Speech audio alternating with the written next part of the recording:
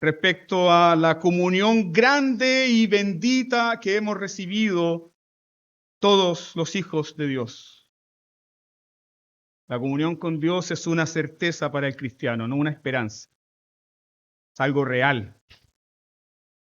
Vamos al texto de esta serie. Se encuentra en Primera de Juan, capítulo 2, verso 28 al capítulo 3, verso 3. Y el título de este sermón es Los hijitos de Dios. Una de las palabras favoritas de Juan. Los hijitos de Dios. Primera de Juan, capítulo 2, verso 28 al capítulo 3, verso 3. Iglesia, Pacto de Cristo, esta es la palabra del Señor.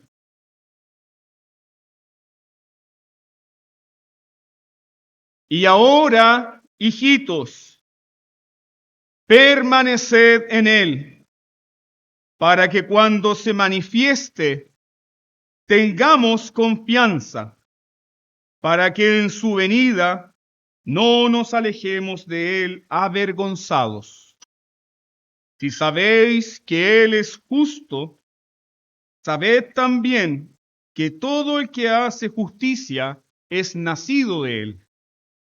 Mirad cuál amor nos ha dado el Padre, para que seamos llamados hijos de Dios. Por esto el mundo no nos conoce, porque no le conoció a Él. Amados, ahora somos hijos de Dios, y aún no se ha manifestado lo que hemos de ser, pero sabemos que cuando Él se manifieste, seremos semejantes a Él, porque le veremos tal como Él es. Y todo aquel que tiene esta esperanza en Él, se purifica a sí mismo, así como Él es puro. Amén. Roguemos al Señor la iluminación de su Santo Espíritu. En el sermón pasado sobre la unción del Santo comprendíamos que no oramos por una nueva inspiración, porque la palabra de Dios fue inspirada una vez y para siempre. Sin embargo, oramos por la iluminación del Espíritu Santo. El Espíritu Santo es el maestro de la iglesia. El Espíritu Santo se deleita en iluminar nuestras mentes y nuestros corazones para llevarnos a Cristo en su palabra. Esa es la gloria del Espíritu Santo. El Espíritu Santo toma nuestras débiles mentes, nuestros corazones oscurecidos por el pecado y lo dirige hacia la Escritura. Nos da certeza de Cristo, nos consuela con Cristo, nos alienta, nos exhorta, nos transforma. Así que les invito a que oremos con todo nuestro corazón para que Dios en esta mañana nos ilumine. Oremos.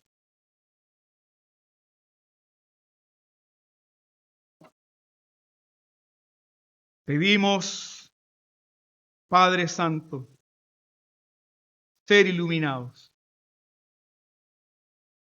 porque sin la ayuda, sin la asistencia de tu Santo Espíritu, solo hay tinieblas, solo hay confusión, solo hay vana especulación. Es por eso, Padre, que humildemente reconocemos, Señor, nuestra debilidad al acercarnos a tu palabra en nuestras propias fuerzas. Principalmente como predicador, reconozco, Señor, toda mi incompetencia para desatar la gloria de las Escrituras, porque no puedo. Y por eso ruego, Padre, la ministración de tu Santo Espíritu, para que dirija mi vida y los corazones de mis hermanos, para que toda tu iglesia, Señor, sea ministrada por tu Espíritu Santo a través de tu palabra que nos habla hoy. Padre, danos iluminación. Abre los ojos de nuestro entendimiento. Saca, Señor, la tristeza, la amargura, la confusión al momento de iluminar tu palabra en nuestros corazones. De manera, Señor, de los que han llegado abatidos en esta mañana puedan ser reconfortados. Aquellos que han llegado débiles, Señor, puedan ser fortalecidos al comprender, al saborear, al deleitarse, al gozarse en tu palabra. También, Señor, por aquellos que han llegado esclavos del pecado, esclavos de Satanás, esclavos de este mundo, porque no han nacido de nuevo. Ilumina, Santo Espíritu de Dios, este glorioso evangelio que salva a los pecadores, que liberta a aquel que está en esclavitud, que da nueva vida al hombre y a la mujer. Padre Todopoderoso, tenga misericordia de nosotros y permítanos adorarle mientras escuchamos su palabra. Que este no sea un culto más, ni un punto más de nuestra liturgia, ni un punto más de nuestro calendario, Señor, de rituales, sino que verdaderamente podamos adorarte, meditar en tu palabra y ser transformados por ella. Así oramos, Padre Santo, en los méritos de Jesús, tu Hijo. Amén. Cada vez que miramos a un niño recién nacido, niña o niña, inmediatamente nosotros decimos, ¿se parece al papá o se parece a la mamá? Es igualito a su padre, es igualito a su madre. Y bueno, muchas veces también nosotros deseamos que se parezca a su madre si su madre es bien parecida. Generalmente pasa eso con los padres. Pero siempre estamos mirando y asociando a los niños con la semejanza a sus padres. Decimos esto porque hay una semejanza evidente. El padre se parece a su hijo, la hija se parece a su madre. Hay una semejanza evidente. Y lo mismo ocurre con los hijitos de Dios. Lo mismo ocurre en la familia de Dios. Lo mismo ocurre con los hijitos de Dios. Los hijos de Dios se parecen al carácter de su padre. Los hijos de Dios se parecen al carácter de su hermano Jesucristo, porque somos parte de la familia de Dios. Cuando el pecador es alcanzado por la gracia de Dios, cuando el pecador recibe el Espíritu Santo de adopción que clama, Abba Padre, ese pecador recibe el testimonio ¿de qué? De que Dios es su Padre y que también es un hijo. Y no solamente que es un hijo, sino también que es un heredero, juntamente con Cristo. ¿Ya olvidaron cómo termina la lectura bíblica de esta mañana? Juan 17, 26. ¿Cuál fue la oración de Jesús? Para que el amor con que me has amado esté en ellos.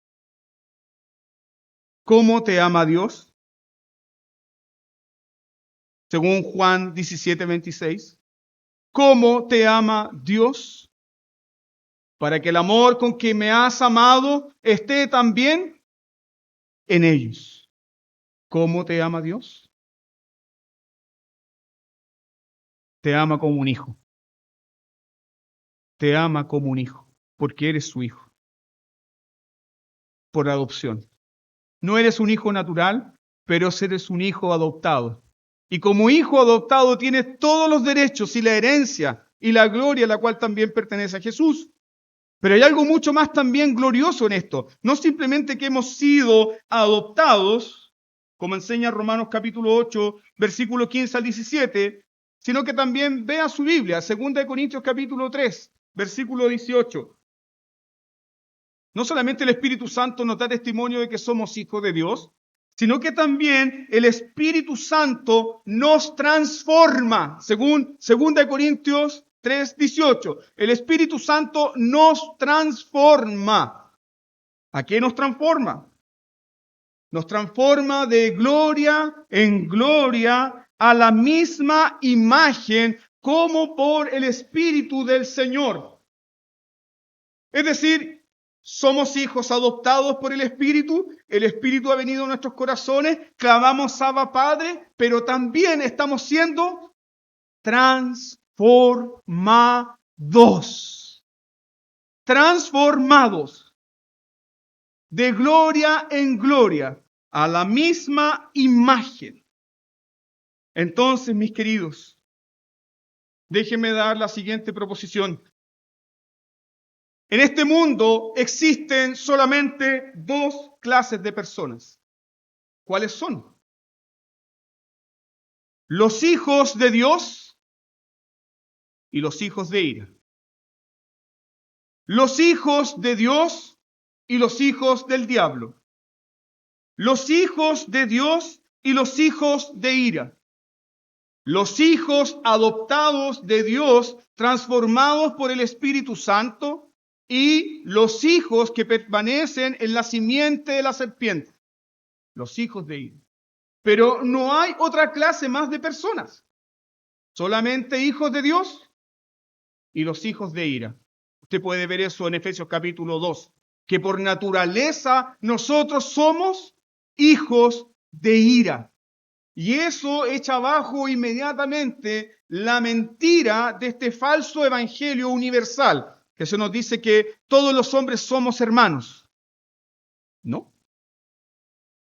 El nacido de nuevo no es hermano ni tiene ninguna correspondencia con la simiente de la serpiente. Los hijos de Dios no tienen ninguna concordia con los hijos de Satanás. Hay separación. Jesús hace separación. Incluso estas separaciones también se dan dentro de la familia, en aquellos que han nacido de nuevo y en aquellos que no han nacido de nuevo. Y esa no es una separación que hace la iglesia. No, mis queridos, es una separación que hace el propio Dios cuando toma para sí hijos e hijas. Pero es Dios quien hace esa separación. Sin embargo, nosotros como padres, nosotros como familiares que tenemos personas que están lejos del Señor, tenemos la esperanza y tenemos el llamado del Evangelio de orar para que Dios también alcance a esas personas. Y ahí entendemos que hay una libre oferta del Evangelio. La libre oferta del Evangelio es para todos. Para todos. Sin embargo, Dios es el que escoge. Dios es el que llama. Dios es el que transforma. Los hijos de Dios y los hijos de ira.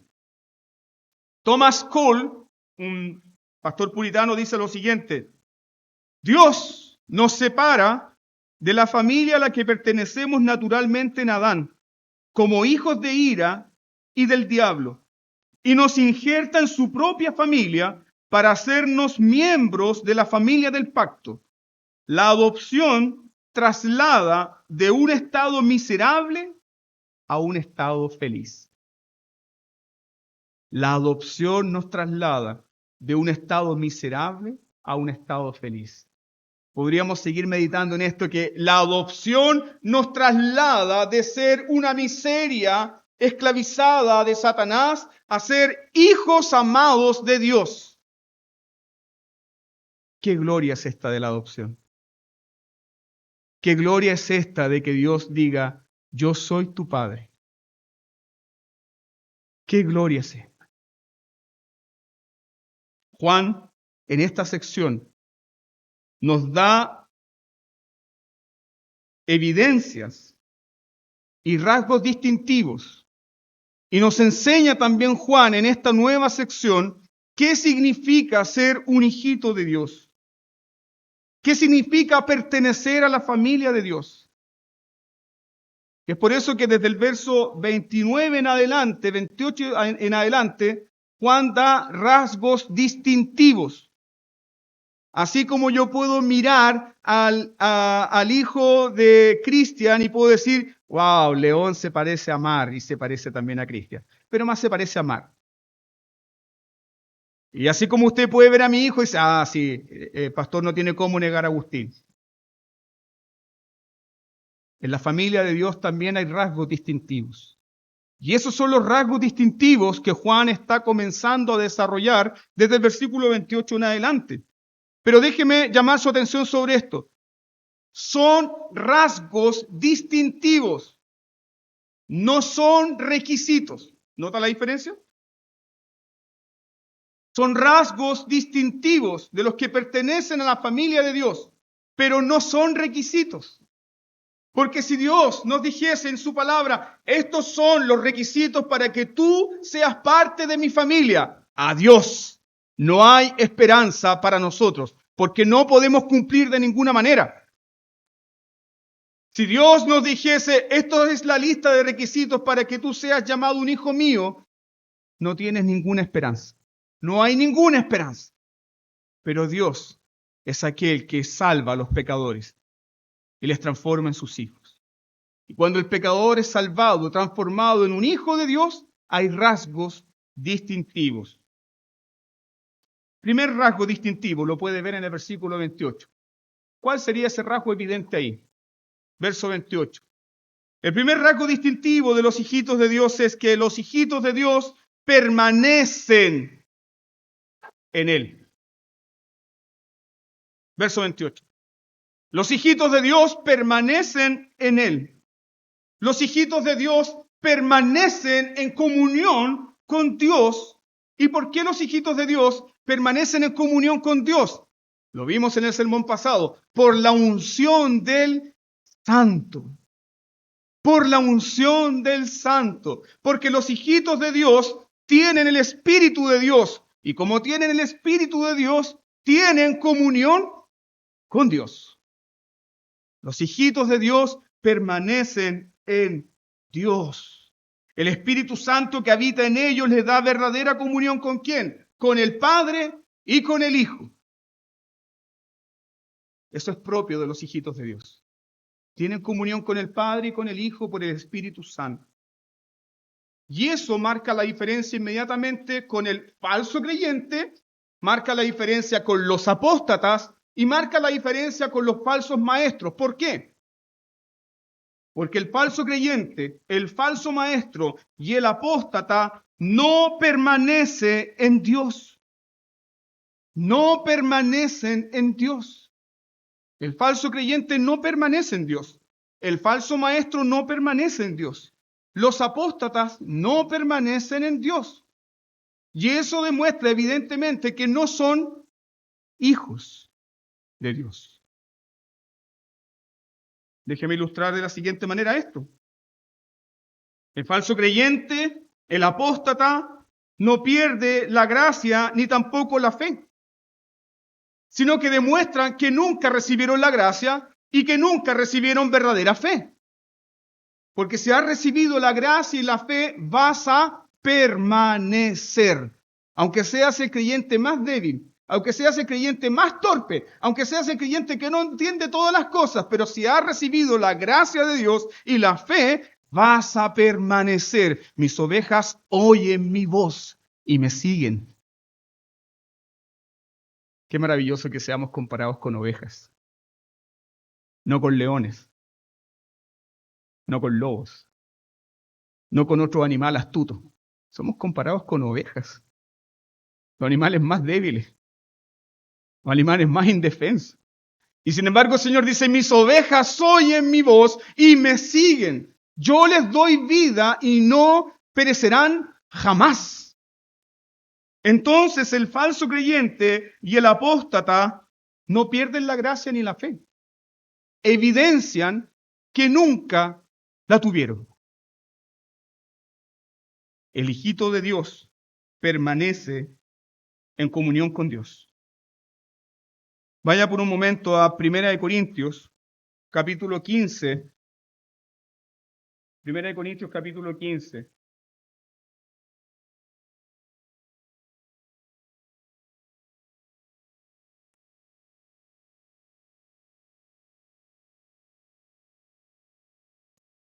Verso 1 y 2.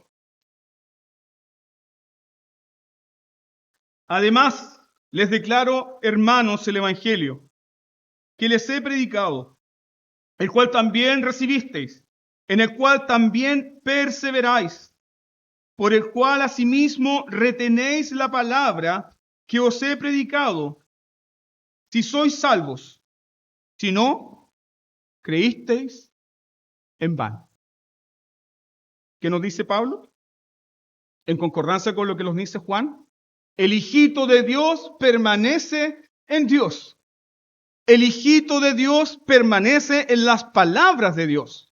El hijito de Dios ha creído y permanece. Y si no permanece, entonces creyó en vano. La pregunta es, ¿por qué permanecemos? Y la respuesta más gloriosa que ofrece el Evangelio es, porque Dios permanece en nosotros, por su Espíritu. Si no fuera por el Espíritu Santo, al salir de la iglesia nos perdemos inmediatamente.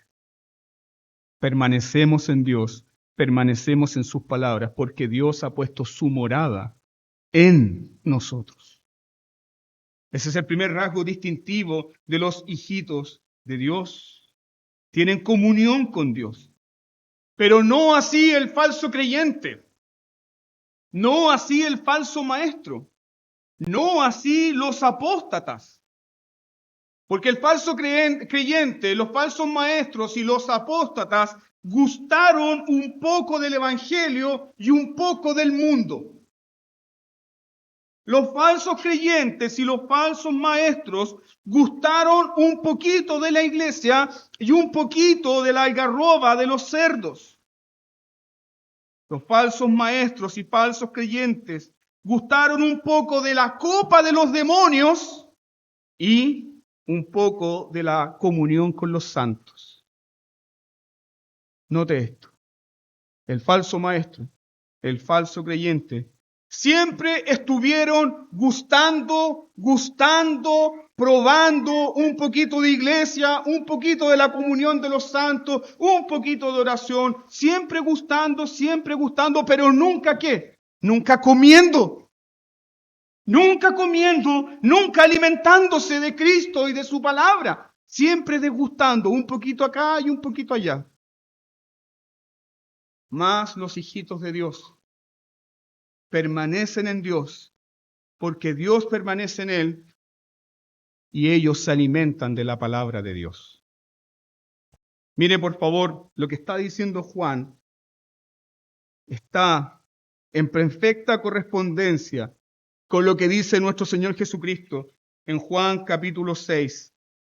Vaya Juan capítulo 6, versos 53 al 58.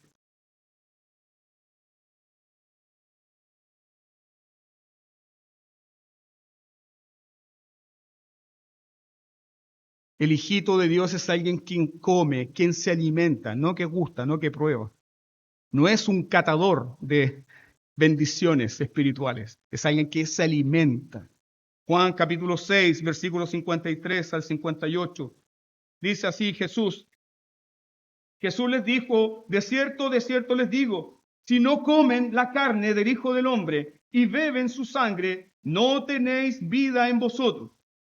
El que come mi carne y bebe mi sangre tiene vida eterna, y yo le resucitaré en el día postrero, porque mi carne es verdadera comida y mi sangre es verdadera bebida.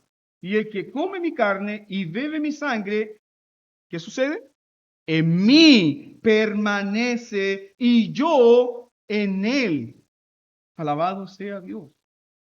Como me envió el Padre viviente y yo vivo por el Padre, asimismo el que me come, él también vivirá por mí. Este es el pan que descendió del cielo, no como vuestros padres comieron el maná y murieron. El que come de este pan vivirá eternamente y para siempre. ¿Por qué los hijitos de Dios permanecen en Dios? Porque Cristo vive, nosotros también viviremos. Juan 15:5. También nos dice el Señor, permanezcan en mí. Y si permanecen en mí, llevarán entonces frutos. ¿Te das cuenta de eso? Es nuestra unión con Dios, nuestra unión con Cristo, la que evidencia ¿qué? Que hemos recibido vida de Dios. La exhortación entonces que Juan está dando acá está llena de consuelo. Es una exhortación llena de consuelo, de paz, de esperanza y de gozo. ¿Para quién? Para los hijitos. Pero es una terrible advertencia para los falsos creyentes. Es consuelo, es gozo para los hijitos, pero es una advertencia para los falsos creyentes. Y alguien puede preguntar, y pastor, ¿por qué debemos hacer siempre estas distinciones en la predicación? ¿No suena un poco eso discriminador? Una palabra tan mal usada en este tiempo. Y como que a todas las personas les da como un poco de miedo hablar de discriminar. Pero la Biblia sí hace separación. Y la predicación del Evangelio también debe hacer separación. Y debe presentar esta separación ¿para qué? Para que las personas que están durmiendo puedan despertar por el Evangelio, arrepentirse de sus pecados y creer en Jesucristo. Entonces encontramos acá una exhortación y consuelo para los creyentes, pero una advertencia para el falso creyente, para los que no son hijitos. ¿Cuál es la exhortación? En el versículo 28 puede encontrar la exhortación. Se nos dice que debemos permanecer para tener confianza. ¿Para qué? Para que no seamos rechazados o avergonzados en su venida. ¿Quiénes son los que van a experimentar el rechazo? Los que no permanecen. ¿Quiénes son los que van a presentarse con gran confianza en la segunda venida de Jesucristo? Aquellos que permanecen y aquellos que saben que tienen verdadera comunión ¿con quién? Con Cristo, con Dios, por medio de su Espíritu Santo. Cuando Él se manifieste, entonces tú no vas a estar diciendo, caigan las peñas sobre mí. Tú vas a ver el rostro de tu Rey glorioso y vas a decir, sí, amén. Este es mi Rey. Porque somos sus heraldos. ¿Alguien recuerda cuál era la misión del heraldo?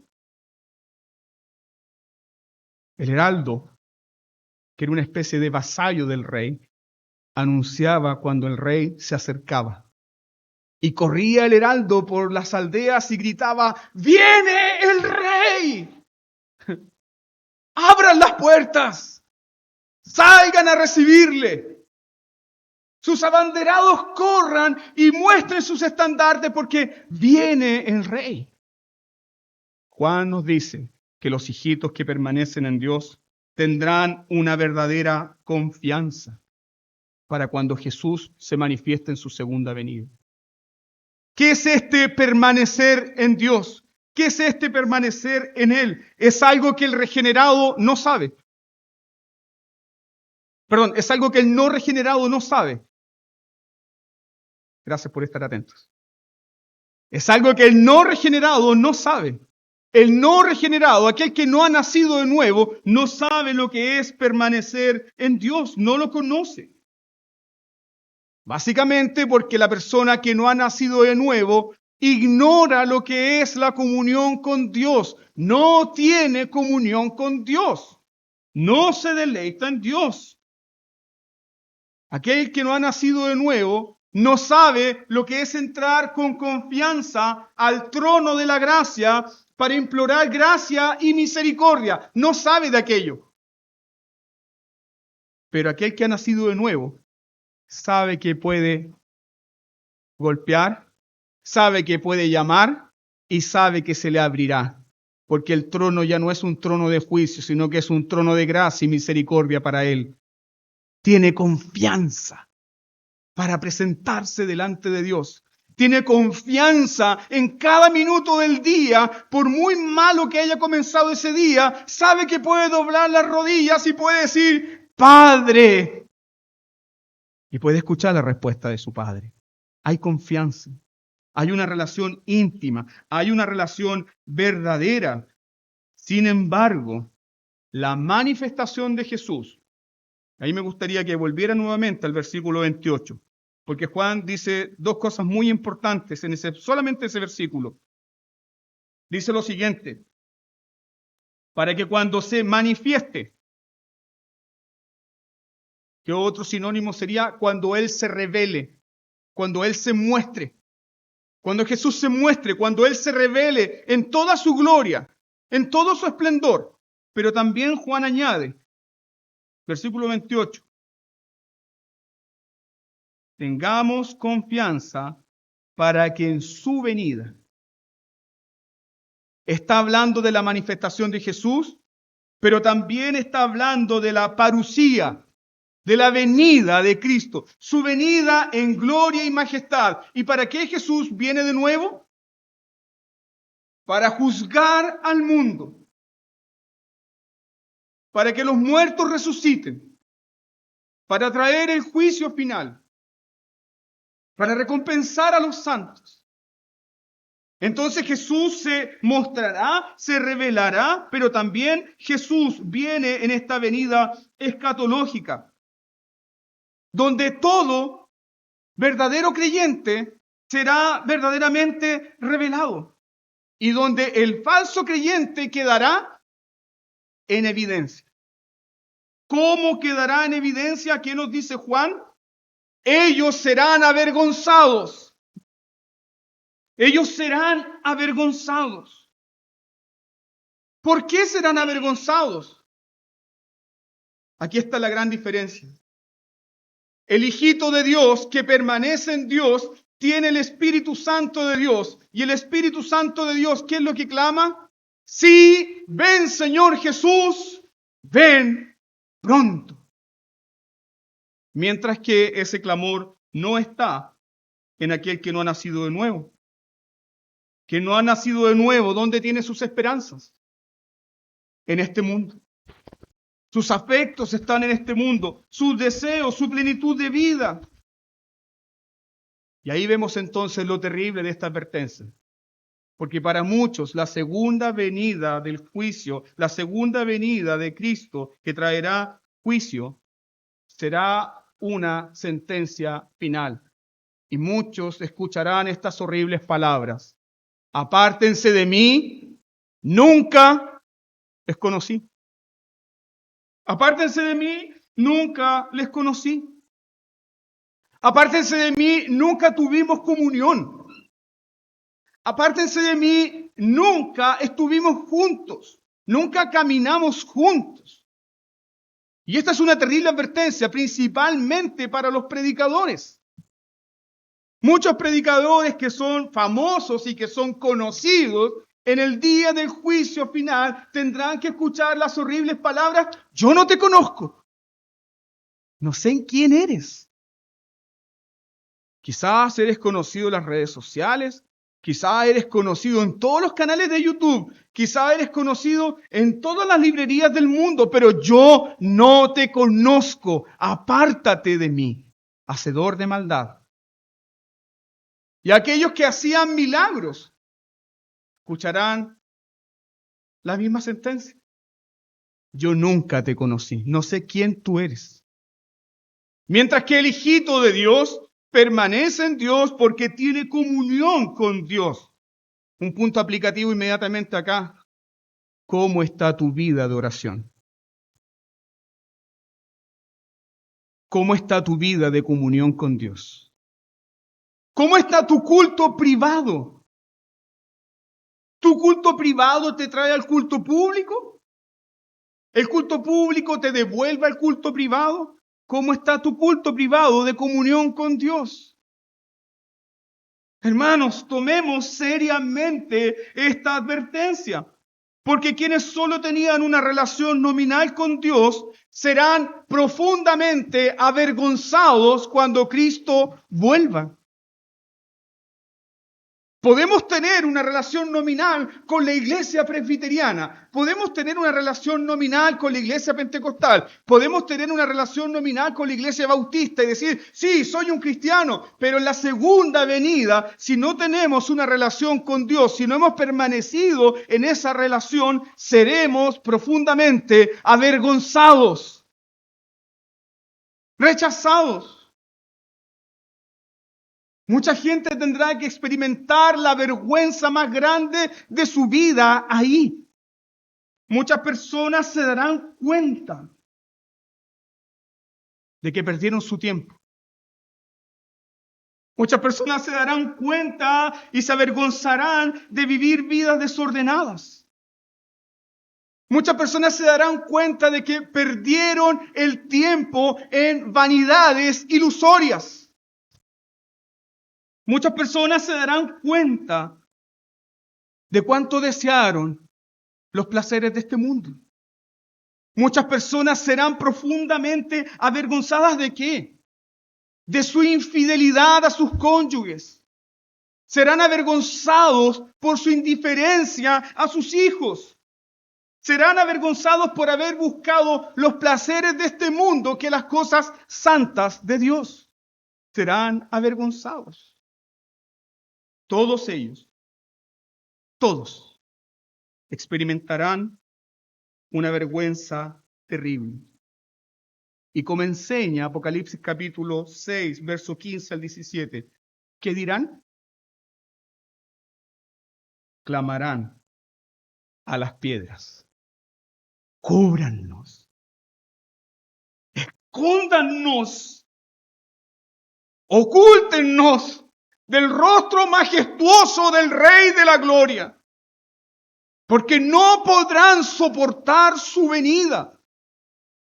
Hermanos, si Isaías, cuando simplemente tuvo una visión de la gloria majestuosa de Jesús, él dijo, ¡ay de mí! Estoy muerto. En ese día, todos los hombres y mujeres que creían que el Evangelio era un juego, que la vida cristiana era un juego, en ese día tendrán certeza suprema y serán avergonzados. No sea avergonzado usted, hermano. No seamos avergonzados nosotros. No quede de evidencia en ese día que nosotros tomamos esta predicación en vano.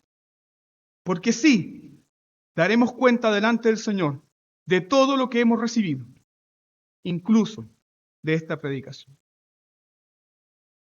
Sí, hermano. Pero esa no será la experiencia de los hijitos de Dios. Porque Juan nos dice que la venida de Cristo no nos sorprenderá. Hay consuelo. Y Juan dice que el consuelo más grande es que cuando Él venga, nosotros seremos semejantes a Él. Otro rasgo distintivo lo puede ver en el versículo 29. Los hijitos de Dios viven en justicia. Los hijitos de Dios viven en justicia. Verso 29 dice, si sabéis que Él es justo, sabed también que todo el que hace justicia es nacido de Él. El hijito de Dios vive en justicia. Esta vida justa, amados hermanos, no es una moralidad común. La moralidad común lo puede usted salvar de la cárcel, lo puede salvar de un juicio, pero la moralidad común no lo salvará de la condenación eterna. No es moralidad común. No es la típica moralidad que muchas personas de la iglesia, que muchas personas fuera de la iglesia tienen. Fuera de la iglesia hay muchas personas decentes, ¿o no? Muchas personas moralmente decentes, de buen vivir, pero en términos del Nuevo Testamento, esa moralidad común no salva. Esa moralidad común no salva. En términos del Nuevo Testamento, nadie puede vivir en justicia, la justicia que Dios demanda, si no ha nacido de nuevo. Si no has nacido de nuevo, no tienes la justicia que Dios demanda. Solamente tienes ¿qué? Deuda. Y la deuda te condena. Pero si has nacido de nuevo, ¿qué justicia tienes? ¿Tu justicia? ¿Tu obediencia? ¿Tus méritos? Si has nacido de nuevo, ¿qué justicia es la que tienes? tienes la justicia impecable, perfecta, infinita de Jesús, el justo. Pero eso también trae un cambio, porque aquel que ha sido justificado vive como justificado. No vive una buena vida para alcanzar la justificación, sino que vive una buena vida porque ha sido justificado, ha sido perdonado, porque ha recibido la vida de Dios. En términos del Nuevo Testamento, nadie puede vivir en justicia si no ha nacido de nuevo. Y una muestra de esta justicia o de la justicia que Dios demanda o de la vida justa que debemos vivir, ¿dónde la encontramos? En el Sermón del Monte. En el Sermón del Monte encontramos una muestra gloriosa de qué es lo que es la vida recta. Muchos predicadores del Evangelio social dicen, bueno, si en las iglesias se predicara más el Sermón del Monte, si las personas que están fuera de la iglesia comprendieran el Sermón del Monte, entonces vivirían vidas mejor. Mentira. Yo les hago esta pregunta a ustedes. ¿Ser cristiano es difícil? ¿Ser cristiano es difícil? Es imposible sin la vida de Cristo. Ser cristiano no es difícil. Ser cristiano es imposible sin la vida de Cristo, sin la vida de Dios obrando en nosotros. Sin la vida de Dios no podemos negarnos a nosotros mismos. Sin la vida de Dios no podemos tomar la cruz. Sin la vida de Dios no podemos aborrecer el mundo, porque es lo que nuestro corazón desea. Pero ¿por qué aborrecemos el mundo? Porque el cielo ha venido a nuestros corazones. Esa es la gran diferencia. Sin la vida de Dios no podemos buscar las cosas de arriba. Sin la vida de Dios no podemos amar la ley de Dios. Pero el cristiano es uno que dice, ¿cuánto amo, oh Dios, tu ley? ¿Y por qué el cristiano ama la ley de Dios? ¿Porque está buscando justificarse al tratar de cumplir la ley? No. El cristiano ama la ley de Dios porque la ley de Dios le dice, no cometerás adulterio. La ley de Dios le dice, no robarás. La ley de Dios le dice, no codiciarás. La ley de Dios le dice, no matarás. La ley de Dios le dice, no levantarás falso testimonio contra tu hermano. La ley de Dios le dice, guarda el día de reposo. La ley de Dios le dice, no tendrás ídolos. La ley de Dios le dice, ama a Dios con todo tu corazón, con toda tu mente. Porque la ley de Dios ha sido escrita por el Espíritu Santo en su corazón. El mismo Espíritu que le hizo nacer de nuevo es el mismo Espíritu que le da amor por la ley de Dios. Y eso marca la diferencia entre aquel que ha nacido de nuevo y aquel que no ha nacido de nuevo. Aquel que no ha nacido de nuevo odia la ley de Dios y dice, yo no quiero este Dios que restringe mi vida. Yo no quiero este Dios que coarta mi libertad. Yo no quiero el Dios de mi padre, no quiero el Dios de mi madre porque es un Dios muy restrictivo. Lo que ese hombre, lo que esa mujer no sabe es que la ley de Dios es bondad, es amor. No es un yugo de esclavitud, es libertad. Pero esa libertad la vive verdaderamente aquellos que han nacido de nuevo.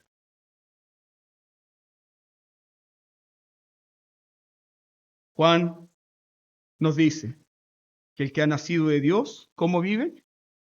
En justicia. ¿Está este rasgo distintivo de la familia de Dios en ti? ¿Estamos viviendo en justicia? ¿Estamos deseando amar la ley de Dios? ¿Estamos deseando procurar poner en práctica los mandamientos? ¿Estamos deseando aborrecer el mal y amar a Dios? ¿Estamos deseando amar a Dios y amar a nuestro prójimo? Aquel que ha nacido de Dios vive en justicia. Pero la persona que quebranta los mandamientos de Dios, El hombre y la mujer que ignoran los mandamientos de Dios, por más que sus labios proclamen que permanecen en Cristo, sus hechos evidencian que no es así. ¿Y cuál será el destino de esas personas? Serán avergonzados. Será una terrible vergüenza. ¿Qué otro rasgo ofrece Juan de la familia de Dios? Este rasgo nos puso a temblar. Este rasgo nos hizo examinarnos profundamente. Pero vea el versículo 1 del capítulo 3. ¿Qué rasgo distintivo han recibido los hijitos de Dios? Mirad, mirad, pongan su atención, contemplen. En el versículo anterior, Juan nos pone a temblar. Y ahora Juan nos dice, ¡hey! Contemplen esto, pongan su atención aquí. Mirad, cuál amor nos ha dado el Padre para que seamos llamados hijos de Dios. Por esto el mundo no nos conoce, porque no le conoció a Él. ¿Qué está diciendo Juan? ¿Qué nos está enseñando Juan? En el versículo anterior, Juan está derribando toda autojusticia. En el versículo anterior, Juan condena al hombre natural, porque el hombre natural no puede vivir en la justicia de Dios. El hombre natural no tiene cómo obedecer a Dios. El hombre natural no puede complacer a Dios. Está condenado. ¿Por qué está condenado? Porque nadie puede ser un hijo de Dios si no vive conforme al carácter justo de Dios. Nadie puede ser un hijo de Dios si no vive conforme al carácter justo de Dios. A menos que, es imposible. Es imposible vivir en esta justicia. Es imposible dar el ancho, es imposible calificar, a menos que Dios mismo venga a mi vida.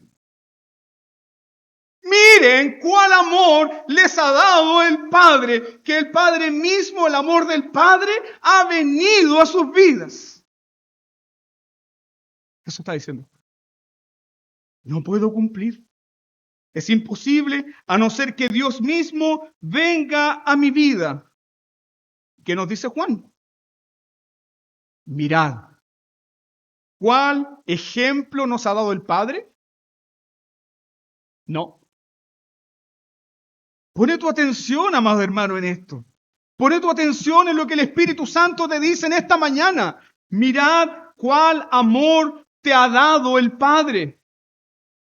En Juan capítulo 3, versículo 16, se nos dice que Dios mostró su amor al mundo, ¿cierto? En Romanos capítulo 5, versículo 8, se nos dice que Dios muestra su amor para con nosotros, que siendo aún pecadores, Cristo murió por nosotros. Pero ¿qué se nos dice acá? Se nos dice que Dios nos ha dado su amor. Dios nos ha dado su amor. Dios nos ha dado su amor. No dice, le estoy mostrando el amor. Por cierto que Dios hizo eso. Mostró su amor en la cruz. Aquí se nos dice que Dios nos ha dado su amor. Él lo ha dado. Él ha puesto su amor en nuestros corazones. Él ha derramado su amor en nuestros corazones por su bendito y glorioso Espíritu Santo. ¿Por qué somos los hijitos de Dios? Somos los hijitos de Dios porque Dios ha puesto su vida en nuestros corazones. Somos los hijitos de Dios porque Dios ha puesto su amor en ti. ¿Por qué? ¿Cuál es la naturaleza de Dios según Juan? Dios es amor. ¿Por qué eres un hijito de Dios? Mirad cuál amor nos ha dado el Padre.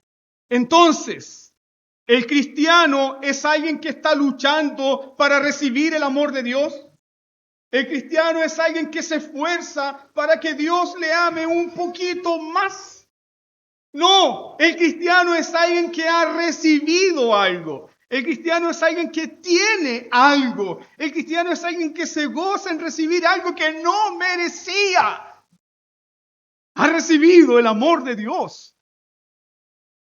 El cristiano se goza en que es un objeto del amor de Dios. Ser objeto de tu amor es todo. Y vengo a ti. El cristiano no se esfuerza por ser alguien, sino que vive como alguien que ha sido amado. Ese es uno de los rasgos más distintivos de los hijitos de Dios. Déjeme compartir la siguiente cita de J. Packer, este teólogo anglicano. Él dice, si quieres juzgar cuánto comprende una persona del cristianismo, observa en qué manera considera la idea de ser hijo de Dios. Observa la idea en que esa persona considera ser hijo de Dios y de tener a Dios mismo como Padre. Si este no es el pensamiento que predomina y controla su adoración y oraciones y toda la vida de su vida, significa que no comprende el cristianismo en absoluto. Es decir, debes crecer en tu entendimiento y comprensión profunda de que Dios es tu Padre y que Dios te ama. Si no estás creciendo en eso, va a traer profundas y graves consecuencias en toda tu vida. Juan está escribiendo esto cerca de los 90 años. Podemos decir que Juan ha servido 70 años. 70 años como cristiano. Y después de 70 años, este anciano apóstol está temblando, está conmocionado y dice, miren el amor que hemos recibido. Es decir, 70 años después, la gracia lo sigue asombrando. ¿Te asombra a ti el amor de Dios? ¿Estás quebrantado por el amor de Dios? ¿Estás asombrado por su gracia como Juan al decir, ¿qué amor es este? ¿Estás emocionado? ¿Está tu corazón constreñido? Porque Dios te ama. Si no lo puedes creer, es porque puede ser que tengas dudas con respecto de que Dios es tu Padre. Puede ser que estés mirando a Dios como un Dios severo, castigador, condenador, que perdona poco y espera mucho. Pero no lo estás mirando como el Padre amoroso que ha revelado nuestro Señor Jesucristo. Para el cristiano, Dios es su Padre, no es una simple definición teológica. Muchos cristianos están viviendo con esta idea de que Dios es un Dios severo, que es un Dios distante. Mas, ¿qué nos dice Jesucristo de la paternidad de Dios? Mira Mateo capítulo 7, verso 11. Cómo Jesús revela la paternidad de Dios ahí. Mateo 7:11. Pues si vosotros, siendo malos, ¿cuál es la verdad de todos nosotros los padres? ¿Qué dice la Biblia de nosotros los padres? ¿Somos padres buenos? Muchas veces los padres nos quejamos de los hijos, tenemos hijos malos. ¿Y nosotros? ¿Qué dice la Biblia? Si vosotros, siendo malos padres, si vosotros siendo malos, saben dar buenas dádivas a vuestros hijos, ¿cuánto más vuestro Padre que está en los cielos le dará buenas cosas a los que los pidan? ¿Cuál es la comparación? Dios es un Padre bueno, Dios es un Padre amoroso, Dios es un Padre que no falla, Dios es un Padre que no puede cambiar, mientras que nosotros somos padres malos, somos padres malos. La paternidad de Dios es impecable. Mira otro rasgo. Versículo 2. Los hijitos de Dios tienen una identidad definida. ¿Por qué entonces? Según el verso 2. Mira el verso 2.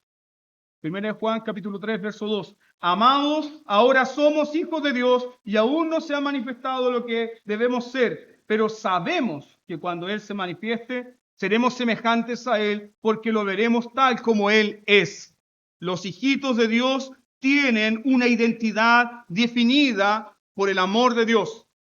Sabemos, ¿qué sabemos? Que somos hijos de Dios. Y tenemos la certeza de que cuando Él se manifieste, nosotros seremos semejantes a Él.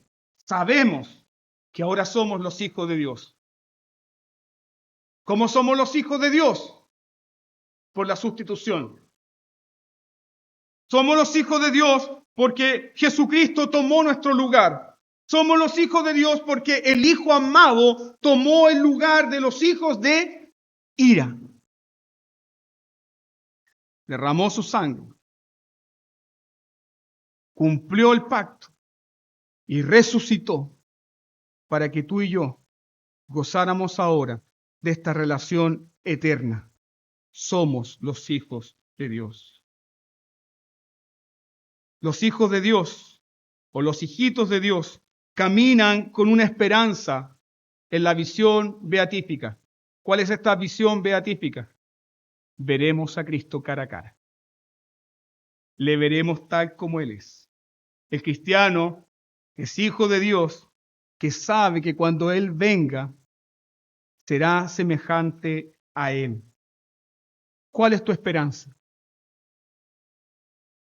Honestamente, puedes responder esta pregunta delante de Dios. ¿Cuál es tu esperanza? La esperanza del mundo es hacerse un nombre. La esperanza del mundo es crecer y extenderse en posesiones. La esperanza del mundo es la fama y la gloria aquí. Pero ¿cuál es la esperanza de los hijitos de Dios? Ver a Cristo cara a cara. La esperanza de los hijitos de Dios es estar de pie delante de Él, mirándolo y disfrutando de Él por toda la eternidad, semejante a Él. Esa es la esperanza del cristiano. Los hijitos de Dios, finalmente, verso 3. Y este sería el último rasgo distintivo. Los hijitos de Dios tienen en la segunda venida de Cristo un estímulo. ¿Para qué? Para vivir una vida santa. Los hijitos de Dios tienen en la segunda venida de Cristo un estímulo para vivir una vida santa. Muchos cristianos creen en la segunda venida como un simple consuelo, como una válvula de escape, como una escapatoria del mundo, de lo mal del mundo, de los desastres del mundo. Pero el cristiano, ¿cómo comprende la segunda venida de Cristo? Quien tiene esta esperanza se purifica a sí mismo, como Él es puro. No es un simple consuelo de escape. No es un consuelo de que vendrá el Señor y todas las cosas serán transformadas, sino que el cristiano vive esperando la segunda venida, santificándose, esperando por ese día. Déjame dar esta siguiente aplicación aquí. ¿Qué sucede cuando un cristiano comprende profundamente que Jesús viene? Y tiene certeza de la segunda venida de Cristo. ¿Qué sucede con ese hombre, con esa mujer? Sabe que tendrá que rendir cuentas delante de Él. Comprende que cuando Jesús regrese tendrá que rendir cuentas de Él. ¿Y cuál es la respuesta? Se purifica a sí mismo, así como Él es puro. Quien comprende la segunda venida de Cristo, verdaderamente se arrepiente de su ociosidad, se arrepiente de su pérdida de tiempo, comienza a trabajar por su Señor, porque sabe que Jesús vendrá en gran poder y gloria. Te pregunto en esta mañana, delante de Dios, ¿estás esperando la venida de Cristo? ¿Te estás preparando? ¿Te estás preparando? ¿Estás deseando su venida? El cristiano sabe que Jesús volverá en gran poder y gloria. Y cuando Jesús se manifieste en gran poder y gloria, ¿qué nos dice Apocalipsis? ¿Quién podrá estar en pie cuando Él se manifieste? ¿Cómo esta verdad, la certeza de la segunda venida de Cristo a los hijitos de Dios, nos ayuda en la santificación? Algunos ejemplos. Cuando estás tentado a explotar en ira, ¿qué debes recordar? Cristo volverá y manifestará su gran ira contra los rebeldes, contra los incrédulos. Cuando estás tentado a guardar resentimiento, cuando estás tentado a centrarte en ti mismo, en tus problemas, cuando estás tentado a guardar amargura, cuando estás tentado en ceder a la lujuria, debes pensar que Cristo volverá. Quien tiene esta esperanza, a sí mismo se purifica. Teniendo estas verdades, hermanos, expuestas delante de nosotros, ¿cómo debemos proceder hoy? ¿Cómo debemos volver a nuestros hogares? ¿Cómo debemos responder? Somos parte de una generación. Somos parte de una generación que no espera ni se prepara para la segunda venida de Cristo. ¿Cuánta enseñanza y cuántos sermones se están dando de esto? Cero. ¿Por qué? ¿Se han dado cuenta por qué? Porque todos nosotros deseamos encontrar nuestra mejor vida aquí. Todos nosotros deseamos encontrar nuestra mejor versión de nosotros mismos aquí. Pero el cristiano sabe que la mejor versión de él se manifestará cuando él vuelva. Entonces seremos semejantes a él. Tu mejor versión no está aquí. Y eso habla que la iglesia ya no medita en la segunda venida de Cristo ni en el cielo porque buscan una mejor vida aquí. La eternidad es algo que quedó en los himnos. La eternidad es algo que quedó en los sermones antiguos de Jonathan Edwards, de los puritanos, de Spurgeon, de Calvino. Pero debemos meditar en la eternidad. Debemos meditar en las glorias del cielo. ¿Y por qué debes meditar en las glorias del cielo, aunque estén más allá de tu comprensión? ¿Por qué tú debes dedicarle minutos a tu día de preparar tu corazón y de meditar en esa segunda venida y en la vida de los cielos? ¿Por qué? Porque en el cielo, déjame decirte, hermano, no hay más pecado. No es eso un motivo suficiente para caer de rodillas, para alabar a Dios, para llorar y para decir, un día no habrá más pecado. No lucharé más con el pecado. No veré a nadie pecar más. No habrá más miseria. No habrá más dolor. Mis hermanos, los santos, la iglesia será vestida de gloria y ya no habrá más pecado. Yo no podré pecar más. No podré fallar más contra mi Dios. Ni un minuto, ni un segundo, ni un pensamiento. Hermanos, el cielo es glorioso para la persona que día a día mortifica su pecado. Es glorioso. ¿Por qué? Otro motivo. Porque en el cielo todos resplandeceremos con la gloria del Cordero. Todos seremos semejantes a Él. Dos cosas. Número uno, hoy día estamos siendo transformados a la semejanza de Cristo por el Espíritu Santo, ¿cierto? Y en la glorificación eso quedará completado. Pero no solamente eso, sino que hoy día, también en ese día, nuestros cuerpos nuestros cuerpos también se vestirán de gloria. ¿O usted cree que el Señor nos va a resucitar con esta cacharra?